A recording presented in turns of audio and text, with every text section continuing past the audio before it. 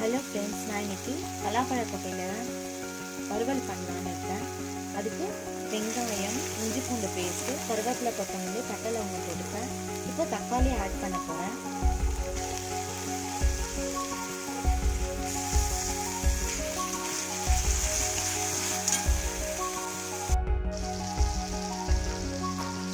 இந்த வெங்காயம் தக்காளியோட மஞ்சத்தூள், மிளகாய்த்தூள், தனியாத்தூள் ஆட் பண்ணியிருக்கேன்.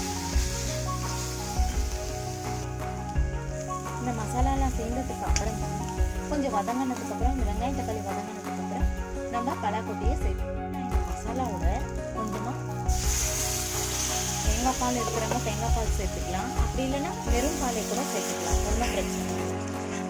வெறும் பாலை நம்ம ஆட் பண்ணோம்னா கூட இது நல்லா டேஸ்ட்டாக தான் இருக்கும்.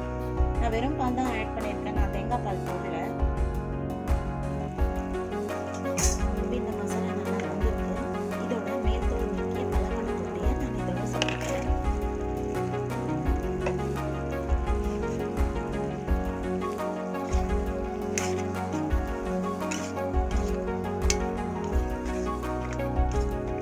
கறியை மிஞ்சிற டேஸ்ட் வரும் அப்படின்னு சொல்லியிருக்காங்க. நான் இப்போ தான் ஃபஸ்ட் டைம் ட்ரை பண்ணுறேன்.